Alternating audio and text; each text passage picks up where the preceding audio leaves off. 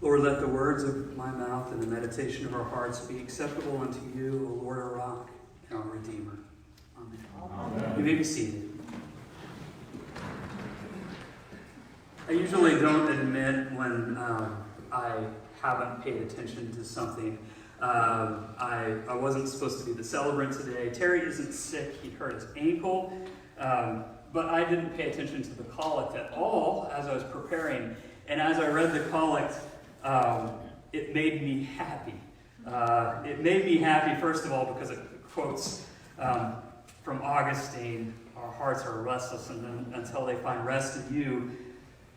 But the collect says one other thing. Look with compassion upon the heartfelt desires of your servants and purify our disordered affections. What a lovely, lovely phrase. Purify our disordered affections. So, I want to begin by bragging about my wife. Melissa is a wonderful person, and yes, Melissa, this is now in internet land. So everyone's going to be able to see that. I'm sorry, that was a quote from Phineas and Ferb. That shows you how messed up I am. But Melissa is actually an incredible person. Her mind works at a level that it just blows me away. Where some people will be on Facebook just looking at posts, Melissa's looking at potential questions. In fact, it's a rule when we're about to go to bed, I don't ask questions or bring up weird ideas, because if I do, Melissa's going to be up, looking it up and researching. This is why we make soap. This is why she learned how to bake. This is why she crochets. All kinds of stuff. This could go on and on and on and on and on. One of the things that she did, I can't remember if we were in Japan or if we were back here, but Melissa's knees were hurting. And allergies were horrible. It was just a terrible time. And she's like, I'm researching water. You're researching water. Okay, out of all the things you've researched, that's the weirdest one you've done so far. But she was reading on the web and finding some very interesting things out about hydration. And we bought this book, and she read it to me and quoted. I actually haven't read the book, but I've heard her quote from it. And it was really interesting. Out of all the stuff that she could have found, this is one of the more applicable things, to vast amounts of people. And what it came down to is we are chronically dehydrated as a nation. We're just not a good nation to hydrate ourselves. To the point where probably 90% of people need more water. Not just a little water, by the way, a lot of water.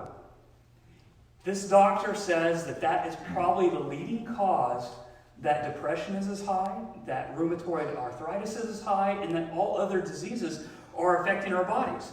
If Jim Hunter were here, he owns a battery company. Ask Jim, if you see him, what happens to a car battery when you don't put water into the cells?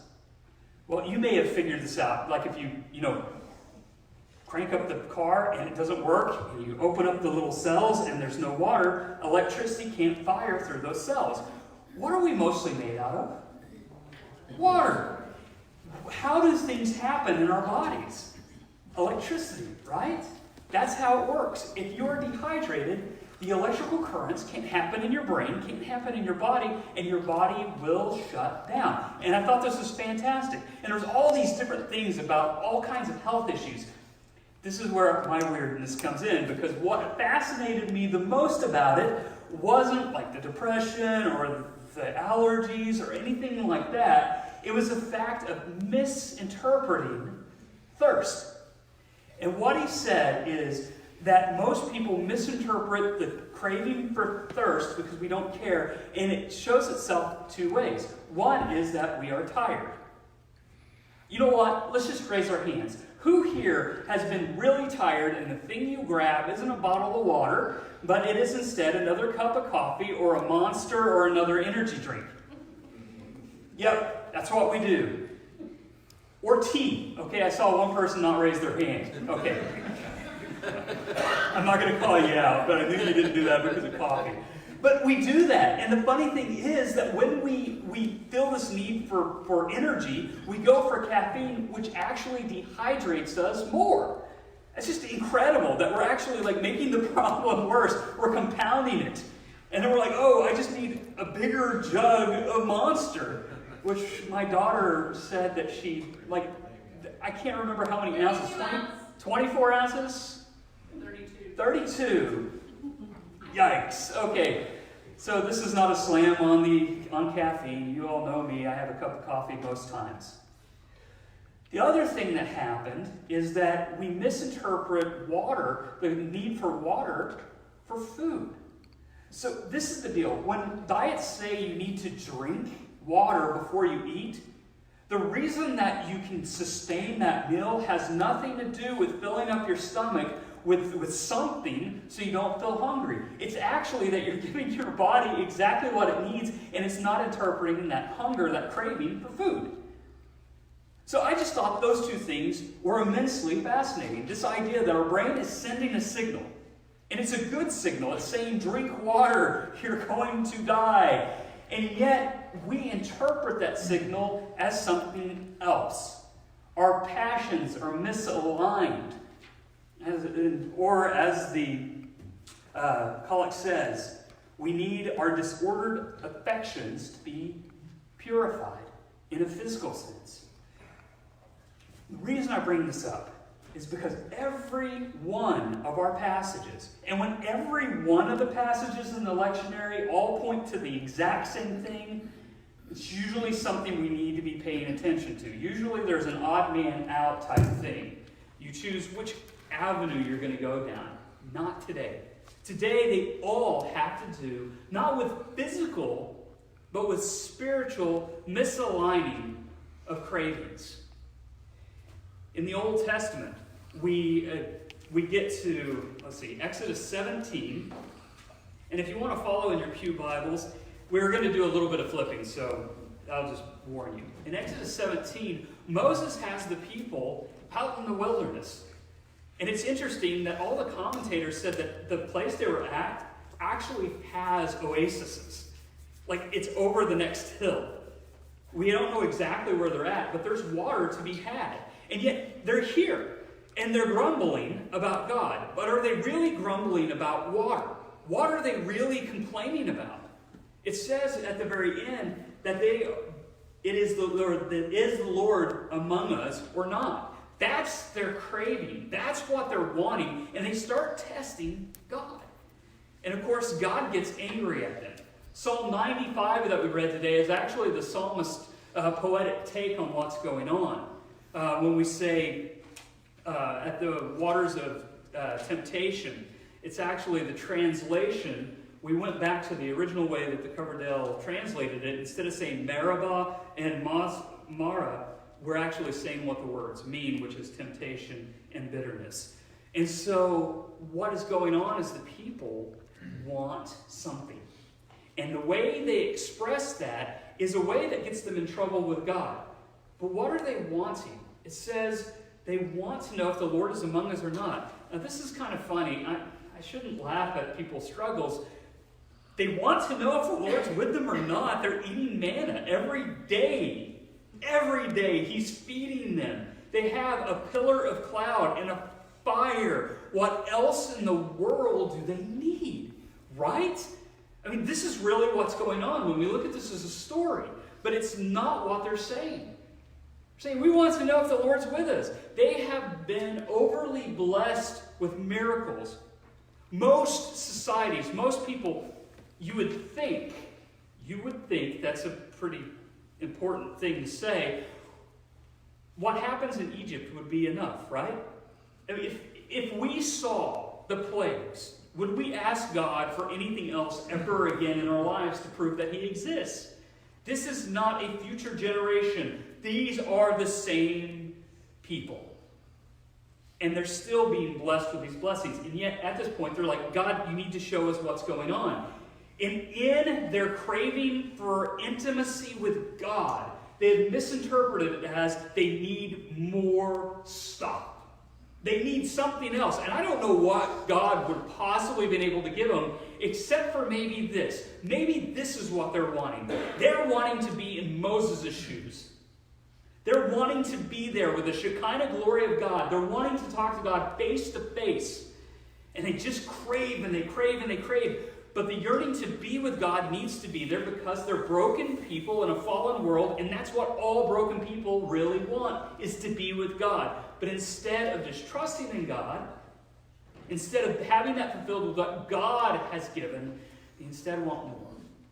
So that's the story we get in the Old Testament. And then we flip all the way to Romans, and we get an incredible passage of misaligned appetites. Now, Paul is writing to the Romans. And the Romans had all kinds of good stuff going for them, didn't they? They were very wise. They had art, they had literature, they had music. They had all of these things going on. They had taken what the Greeks had given them and added more and more and fine-tuned it and made it so amazing. But in that intelligence, in that wonderful knowledge, they knew that there was a divine nature. If you look at the Roman culture, they're always going towards the divine. They're always going to the spiritual. They're always doing these things. They're wanting to go outside of themselves and attach themselves to beauty. Beauty meant so much to them.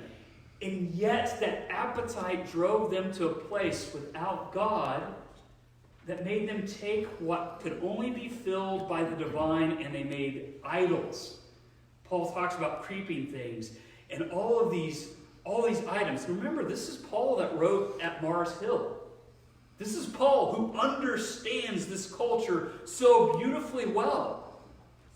And so Paul points out all these things that they're doing. They want to be attached to the eternal, but instead of going towards God and the things that God has given them, they instead go towards the idols. They have a passion for beauty, and instead of going to the ultimate source and font of beauty, they instead go to earthly things. They have a desire for human connection, and they totally misappropriate it. They go into their passions and their desires. Now, if we take this setting and we go forward 300 plus years, we see the outcome of this. Paul says that God has given them over to judgment, and in Augustine's work, The City of God, which once again, you all know, the only reason I read it was because Becca did, and I wasn't going to let her one-up me. Augustine shows what that judgment is. And the judgment isn't God coming down and zapping them and saying, "Stop it," in a big booming voice. He just gives them over to their passions. A city that was so proud and so good, had so many amazing laws, was given into just trash. Doing things that if they were honest with themselves and what the gods that they served had said, they would have never done.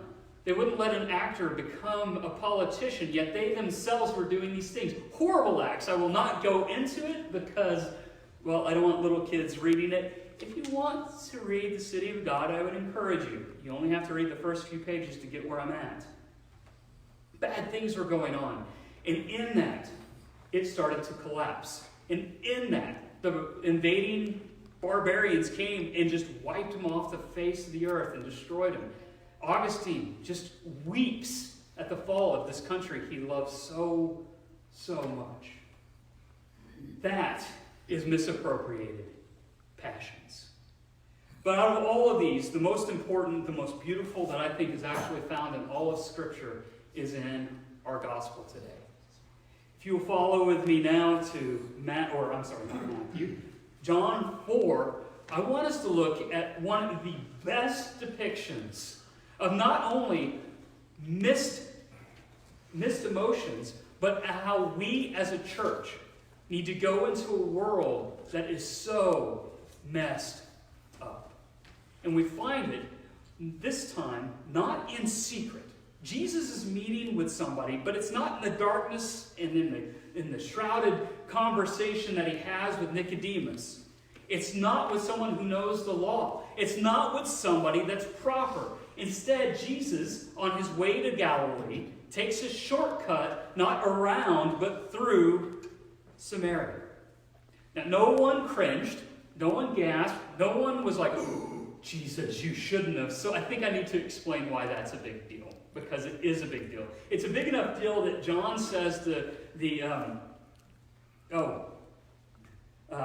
this little paraphrase, for Jews have no dealings with Samaritans, and that is the misunderstated thing of his gospel. Okay, so Jews don't like Samaritans. We know that from the Good Samaritan. But the Jews also have all these rules and regulations. I mean, they won't eat pork. They can't be around somebody that's touched a dead person. So is this a standard thing where the Jews are just, needing to overdo it so that they can be a light shining in the darkness like God wanted them to be, a peculiar people? I mean, these are God's rules, for the most part, not theirs. So is this just one of those times that Jesus is going to rewrite and it's going to make sense? Not really. The Samaritans actually worked very, very, very, very hard at their reputation.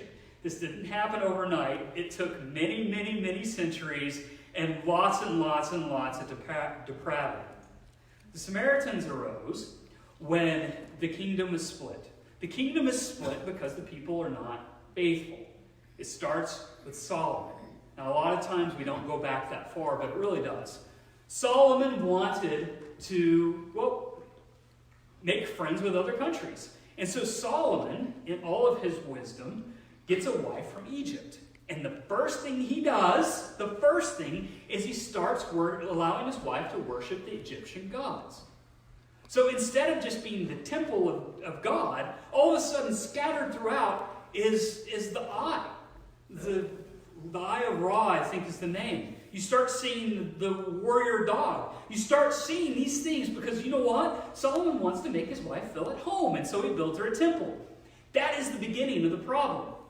Now, his son only logically lives into that type of unfaithfulness. But Solomon gives in to his cravings. You don't have 1,000 wives by just showing self-restraint. No, Solomon has done some bad things, and his son is just as wicked. And it's at that point that God's like, no, you didn't live up to my covenant with David. I said, follow me, and I would always have one of his sons on the throne. You're not following me. And so God rips the nation apart. There's northern and southern kingdoms. Well, the northern kingdom stays faithful to where Samaria is, probably a week, 5 days, maybe 4 minutes, I don't know. Somewhere along the line, very quickly, they go back. And the way that they do it is they create golden calves. I don't know why their king was like, I know what I'm going to do. This is a great way to start off our nation. I'm going to have golden bulls in 2 places. He could have made a mini temple, anything he wanted to do, but he didn't. It was golden calves. And so he sets them up so the people will not worship in Jerusalem. And the people you'd think would have a problem with this, but apparently no one does. We like this idea. Yeah, we don't have to travel as far to Jerusalem. And so they start worshiping in this temple or at these places. And these high places become a stumbling block. Well, they keep going into these sins. And they go into so many sins that the sins of Canaan are no longer even remembered. Like, why does God even have to remember the original inhabitants? Because these guys are doing far, far, far worse. Elijah and Elisha come, and they don't listen to them. They have all of the priests of Baal slaughtered by Elijah, and they still don't listen. So what it's building up to is this really bad time, and then God gives his judgment, and a kingdom comes in and takes half of the people away. So all these people are taken away, and the most brilliant strategy of all time is implemented, which is that the people from Babylon, people from Assyria, are taken who worship other gods and then planted into the northern kingdom. So all of a sudden, this is a half-breed type situation. People are marrying into other families, and religions are getting muddled.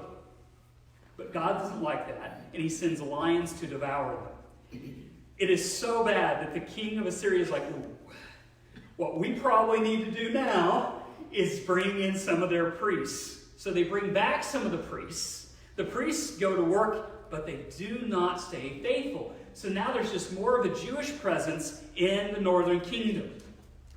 Does that sound like a good place to grow up? Do you see why the Jewish people are angry and don't want to be a part of that? If they can't touch someone who's touched a dead body because it makes them unholy, imagine what it's like to associate with somebody who is completely given into paganism. And worse than that, a synchronism. They are not just worshiping God, they're worshiping God plus. And that's the reality that's going on. And that is the reality that Jesus walks into. And so Jesus is there. He walks into Samaria. And as he's walking into Samaria, he's tired. I can't tell you how important that phrase is. He is tired from the journey. The Son of God, the one who spoke all things into existence without breaking a sweat, is tired from an earthly journey that shouldn't have tuckered him out because the rest of the guys keep on walking towards a city to get bread. He has emptied himself of all of his divinity, and he is tired, and he's sitting at a well. And it is the 6th hour, it is noon, it is hot, and there's probably a million other places he could have rested besides a well. But he rests at a well because it is not by chance that he has walked through Samaria. He's not doing it because of a shortcut. He's doing it because he has an appointment. Just as much as Nicodemus's meeting was an appointment to come and visit, this appointment, even though the other person has no idea about it, has been in God's mind since the foundations of the world. And she comes. She comes and she's alone. She has an empty, dry vessel for water, going to a well that has served their people since Jacob. Can you imagine that? We love our history. We're like, yeah, this is the place my granddad used to go swimming. Can you imagine saying, this is the well that my forefather Jacob dug? This is his. And she comes. But she doesn't come with a big entourage. In fact, she's coming at noon, which is a really horrible time of day to get water. It's hot. But she's alone. She has no friends to talk about, to share in her burdens. She has no one to protect her, and she is all alone. But Jesus knows it's not her thirst that she's going to the well to try to escape. That's not what is driving her life. She is instead focusing on something else. And as she approaches, she gets to the well, and I can't imagine how scared she is. Because here's a man. And who knows what's about to happen in this interaction. And her walls are up. Think about those relational switches we've been talking about in the deeper well thing. Her switch is completely off at this point. She is protected. She is guarded. She's afraid. And as she gets to the well, Jesus looks at her and he says something absolutely amazing. He looks at her and says, "Hey, give me a drink." This may not seem a lot to you, but the Son of God just put himself in her place. Jesus says, "Hey, I'm just like you. I'm thirsty. Could you give me a drink?" She looks at him and she says, how is it that you, a Jew, ask for a drink from me, a woman of Samaria? Jesus probably grins. He grins because he knows that there is something far more dry and empty than the vessel she brings. There's far more of a thirst than just for earthly water. He knows what her life is like. He knows what she's been going through, and he tells her, if you knew the gift of God and who it is that is saying to you, "Give me a drink," you would have asked him, and he would have given you living water. What her ears hear is he would have given you water that is from a stream. In the Didache, we talk about baptizing someone in living water. It's baptizing someone in a river. So Jesus says living water, and her mind thinks, oh my goodness, an underground well somewhere. And she's so excited because it would be better water, it would be purer water, it would be just more life-giving and probably cool. And she says, "Sir, you have nothing to draw water with." She looks at Jesus and there's nothing that he has. How in the world can he give her water that would sustain her? Water that would keep her from being thirsty and from having to travel. Water to keep her safe. And Jesus looks at her and explains what he means. Everyone who drinks of this water will be thirsty again. But whoever drinks of the water that I will give him will never thirst again. And her ears perk up. He's already reached her at the level of her need. Now he's reaching her at her physical, spiritual needs. He says, and I will give him the never thirsty again. The water that I will give him will become in him a spring of water, welling up to eternal life. And she hears this and cries out, I need some of this. Where in the world? Please give me this water. I am alone. I am afraid. This is a burden to me every day of my life. I need this. And then Jesus says, go call your husband. Jesus does something amazing here. He knows what her needs are, doesn't he? Does she know what her needs are? Maybe. Possibly, as she looks back at the train wreck of her life, she realizes she has a need. But Jesus approaches this in a safe way. And Jesus says, go get your husband. And she responds, I think beautifully, because she acknowledges what's going on. She says, I don't have a husband. And Jesus says, yeah, you're right. You've had 5. Which is way over the threshold, even of the Samaritans. Like 3, honestly, 3 in Jewish teaching is as far as you go. But she had had 5. And the one she was with at that point was not her husband. Tells me she gave up. Tells me that she went through trying to find a connection in a physical way in something that she only could possibly be healed through a spiritual way.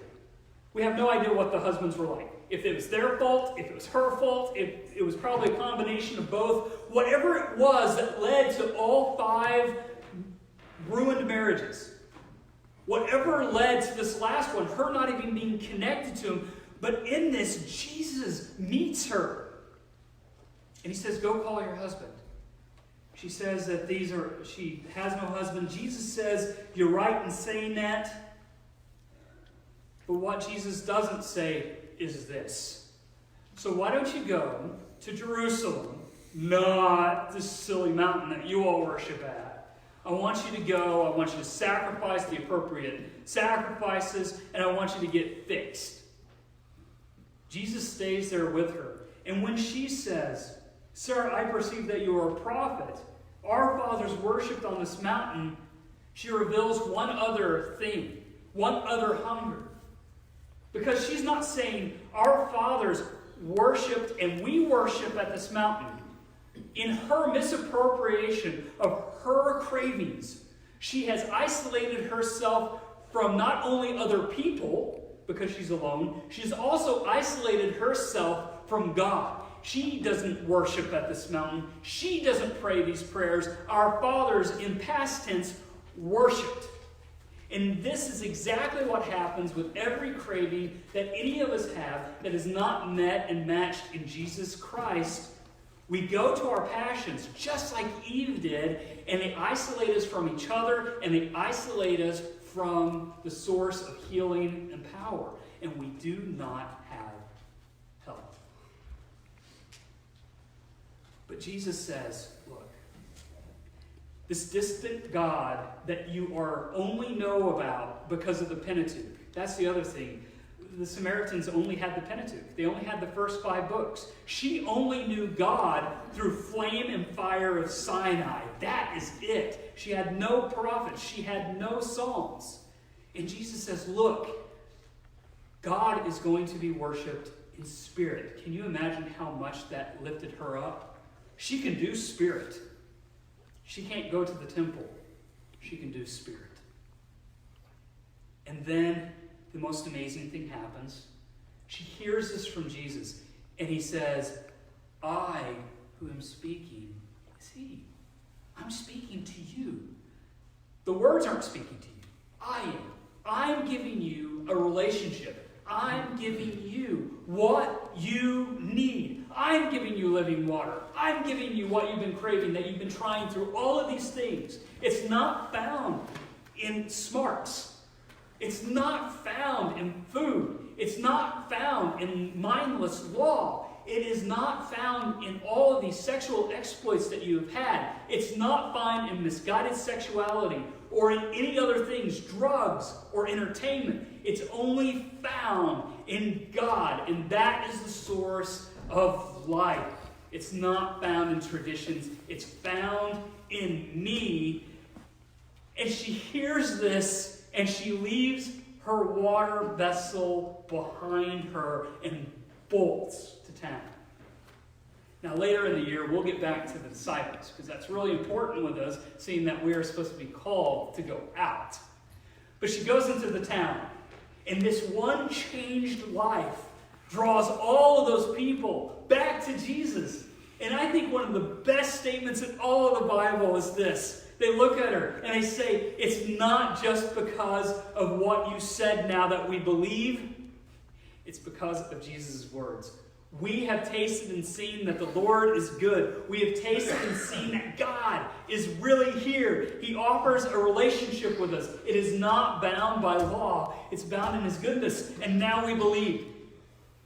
In a place where Jesus shouldn't even walked through, He stays for 2 days. And He harvests from the white ripened fields. In a minute, we are going to have St. Patrick's feast. And I invite everyone to come. Patrick understood this passage because Patrick went to Ireland to a group of people who were wrapped up in misaligned ideas. They knew that there's a spiritual world out there, and they worshipped everything under the sun. They did some pretty horrible things, which I, once again, won't mention here because I don't want to horrify people. And there's human sacrifice and all kinds of promiscuity. I'm not even going to go there. It's whatever. But Patrick went there. He'd been kidnapped as a child. He had then been rescued. He'd gone home. And of course, God's going to call him back to the place he probably never wants to go back. And he goes back to Ireland. And because he knew the people and he saw their true need, he looked at them and he said, "Oh, so you like these clovers, do you? Let me tell you something. This represents God the Father, God the Son, and God the Holy Spirit. And now, one of the symbols for Ireland that was so pagan and so messed up is now an example of the Trinity. Our cross is one of the greatest examples of what Patrick did. He saw them. Instead of looking at them and saying, 'You stupid, idiotic pagans, why are you worshiping the sun? It's a creation. It's not the creator.' He looked at them and said, 'Oh my goodness, you like light, do you? You like life. You like warmth and what the sun represents. Guess what? I know the true sun. I know the source of life and light.' And he said, 'It's this.' And he drew a cross and he put the sun behind it. And that's what the circle is the sun. He let them see that their cravings were good, true cravings. It's just that they misappropriated them and that God had a better way. I mentioned the early Christians early in the service. The early Christians looked into the Romans. The Romans who were so battered and bruised by their own passions. And when sickness came, you know what the early Christians did? They blew caution to the wind. And they walked to the people and they helped them. All the Romans ran because they didn't believe in everlasting life. They didn't want to die and not be buried, but the Christians didn't care. It wasn't the burial that was going to help them. And they went to the people in need. They also, when the barbarians came, when the people came to destroy them, took them into their homes. And guess who didn't get destroyed? It's only a miracle of God that they didn't get destroyed. It really is. They should have been destroyed along with the Romans, but they weren't. The people were preserved because of the Christians walking into the situation, knowing what the Romans needed, which was God. They needed health. They needed hope and love. And after that, the world turned upside down because the world had the witness of faith and hope. For us today, we live in a world that's not very far from the Romans at all. It's actually quite frightening. We are called to a world that's full of cravings and thirsts and hungers that are being completely fulfilled in unfulfilling ways. They're misguided and they're misaligned. And we're called to go there. We're called to meet these people where they're at. We're called to walk through Samaria, not around it. And we're called to love. And are these people going to be messed up? Absolutely. And we can help them. We are not going to help them by sitting there and saying, with our Avion water, yep, I've got the water of life. Stinks that you don't, does it? It's only going to work when we admit who we are inside. That we are fallen creatures, broken, needy, needing Jesus Christ at every moment of our lives. It is going to be our need as we go to those people and say, look, I am hungry too. I am thirsty. I have needs. I feel these cravings, but the only time I feel at peace, the only time my restless heart feels rested is in the power of Jesus Christ. We can go to the homeless who just don't have any hope. Their minds are battered and bruised from war or trauma or whatever it is, and we can say, yeah, I know what it's like to have that fear of rejection. It's horrible. But Jesus Christ can bring calm. We can go to those people, and this is important for those who are in addiction. Once you're an addict, you're an addict. You're a recovered addict. But when we go to the people who are addicted and we say, you know what? I'm an alcoholic. I'm recovered, but I'm an alcoholic. I know that craving. And I have tried to find the peace that only Jesus Christ can give through my alcoholism. But it left me isolated. I partied with a lot of people, but I had no connections with them. You can do that with drugs. Do that with whatever it is that's in us. But whatever it is that we need, whatever it is that we have not been fulfilled by Jesus Christ, don't wear it as a badge of bragging, but wear it as a key into people's lives. That is where we're called. And I guarantee you, if we do that, then the people will be healed. That is what Lent's about, isn't it?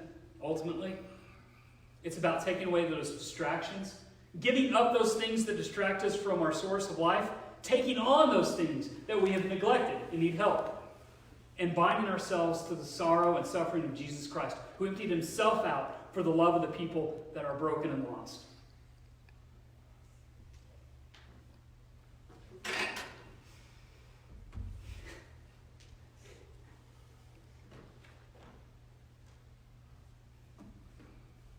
Because it was Jesus, all alone, at the 6th hour at noon, hanging broken and battered on a tree, who cried out, I am thirsty. He gave hope to us all. And that is why this world needs. They need that hope. They need to know that Jesus Christ loves them. He loves them enough to meet them where they're at. And if we are his hands and feet, then fortunately, it is our obligation to meet them in that same place.